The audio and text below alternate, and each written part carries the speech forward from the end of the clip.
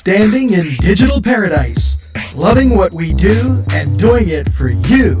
We're NCTV45. Newcastle's Eastside Pharmacy, locally owned and your number one choice for all your pharmacy needs. Whether it's prescriptions, supplements, wheelchair rentals, and so much more. Eastside Pharmacy, with that local touch, cares about you. They even have greeting cards for that get well wish, Band-Aids, and all kind of supplies. Eastside Pharmacy, 708 East Washington Street in Newcastle. Call 734-658-4557. Hello, folks, and I promised you this health segment, and we have been talking about something very near and dear to my heart, colonoscopies, and I've run that the whole month of April so that people could kind of get an idea what that's like. Well, I'm with Dr. Kelly Thomas, MD, and she's gastrointestinal, and today we're going to talk about a lot of things. Kelly, tell us a little bit about yourself. Yeah, so nice to meet you. So I have been, I'm a UPMC physician in gastroenterology, and I specialize in IBD, which is more kind of ulcerative colitis, Crohn's disease.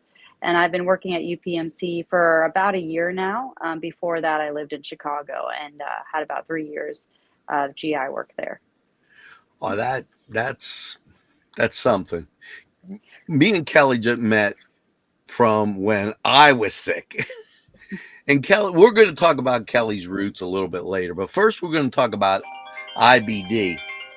And IBD is a very, I don't know if it's been more common lately than, or just a lot of people that I know personally have struggled with it. So what are some of the symptoms of IBD? Yeah, so IBD, which stands for inflammatory bowel disease, some of the symptoms that we often see can be diarrhea, blood in the stool, abdominal pain, and weight loss are usually the big symptoms. Now, with that, one of the ways that they checked it with myself was with a colonoscopy. So, and I had all of the symptoms. You know, I was the checklist, like we didn't miss any symptoms. So what is a colonoscopy and who should have one? Yeah, so a colonoscopy is a procedure in which we put you under some light sedation or twilight sedation, and we use a little camera about 1 centimeter wide, and we look up the rectum all throughout the colon, one, to see if there is inflammation or concern for IBD, and then two, we also use it for screening purposes. So one, we can screen if there's colon cancer, but we can also take off any precancerous tissue to prevent it from developing into cancer. And, you know, I was so glad you said that because one of my friends developed colon cancer. Matter of fact, 2 of them. And I said, we're getting Kelly on for this. And they had IBD. Now, when you get IBD, okay, and I personally had it all the way back when I was in college. It would have been like my freshman year or my sophomore year at school. It stood with me for a good long time. It used to be you had a treatment like prednisone and asulfidine, but times have become much more modern, and I see some of the things being advertised on TV. If you have Crohn's or ulcerative colitis is one of their introducing lines that they say. So what are some of the treatments, and how do you know, and how do you avoid, if there's any avoiding it, the colon cancer? Yeah, so the biggest thing, which I'm glad you brought these up together, the biggest thing to avoid colon cancer, especially with those with IBD who are higher risk, is to treat the inflammation. And if you treat the inflammation, then you decrease that risk of cancer. So as you said, we have a lot of different therapies now, and it seems like there's more and more therapies that are getting approved. And we do see those commercials. And it really just depends on the severity of disease and the extent of disease, like how much of the colon does it affect, as well as does it affect other areas of the GI tract, like the stomach or the small bowel. And then based on the severity and kind of the extent of it, that's kind of when we discuss what's the right therapy for you. And, some of these therapies are trial and error, they're not perfect, but at least, we have a discussion with you and see what's the best therapy to start with you first. And then if you don't respond to that, then we talk about other therapies. But usually we do a colonoscopy to see if you respond to it and make sure that you're in that remission without inflammation to decrease that risk of cancer. Right. And I got to tell you, I am in total remission. I'm like really pumped. Yeah, which is good because you were sick. Yeah, a few months ago, I had, and a lot of people saw my podcast from my hospital bed of my ulcerative colitis. And I was pretty sick. Now, I had started out with a sulfidine, but it could no longer carry the weight of what needed to be done. So I took one of the new biologics. Should people be afraid of taking biologics? So no, you shouldn't be afraid of taking them. So everything is a risk-benefit conversation, and really the risk of untreated disease far outweigh the risks of all these medications, and that's why we'd use them.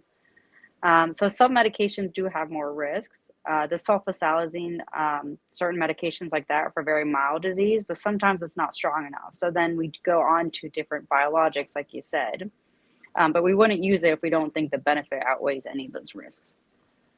There you go. There you go. Now, if people wanted to get a hold of you or be able to discuss these topics with you, what would they do? Yeah, so you can see me in clinic, but you can also, if you're hospitalized, I'll see you, just kind of how I met you. And really, it's kind of just talking to even your local GI provider about them. Now, like you said, every medication does have some risks to it. And oftentimes we will talk to you about those risks and then we will monitor you so we make sure you don't develop those risks as well. So if I, talk to you about like a Xeljanz or something like that, and there Right. might be a risk of, non-melanoma skin cancer, I might say, you should get a skin exam yearly to prevent that complication. So it really depends on the medication, but I think it's a good conversation to have with your GI doctor. And Right. then kind of ways to prevent any risks from occurring. That's good information. Now, Kelly, can we tell them about your roots? Yeah, of course. Yeah, so I know Newcastle very well. Kelly came to see me, and on her second visit, I told Kelly, "Do you want me to tell you about your life?" And that was so funny because I knew her dad, Victor Thomas, who had my father in chemistry. And then we talked about some of the family members here, and it was a great time. But Kelly has Newcastle roots. So she's a Newcastle girl, and well, from North Allegheny, but she's a Newcastle girl. Yeah. So she knows a lot of the Italian cuisine, put it that way. Yes. That exists up here. And my grandma, I don't think she'll be upset with me saying her name, but Rita DeTillo, she still lives there. Right. And I visit frequently. But as you said, yeah, my dad's from there. I've, visited many, many times. And know very good Italian cuisine. There you go. You can't beat it. Yeah, Kelly, it's true. I want to thank you for coming on NCTV45 and talking about this. And of course, you're invited back anytime. I think it's very important that as people know about this, because a lot of people don't realize how prevalent it is and how much of an issue it can be.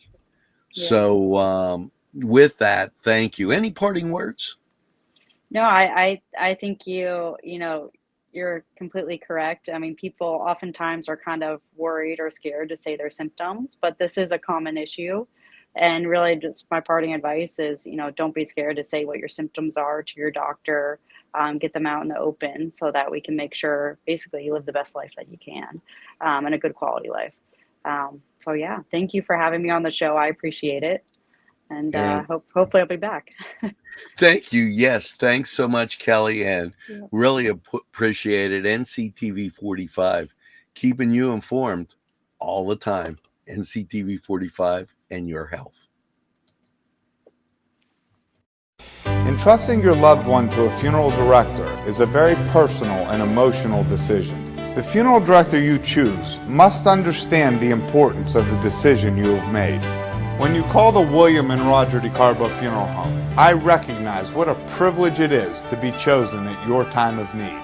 We will provide you and your family with the best service possible, with sincerity and compassion. The William and Roger DeCarbo Funeral Home, family owned and operated since 1941. If you think there's nothing to do in Newcastle and Lawrence County, then think again. Always stay connected to NCTV 45 to receive the information on events going on in and around the area on a daily basis. Programs to view are Newswatch, The Morning Show, and Community Happenings. NCTV 45 takes pride in bringing you the event and organization info that you want. NCTV 45 is the #1 media source locally. NCTV 45, anytime on your time.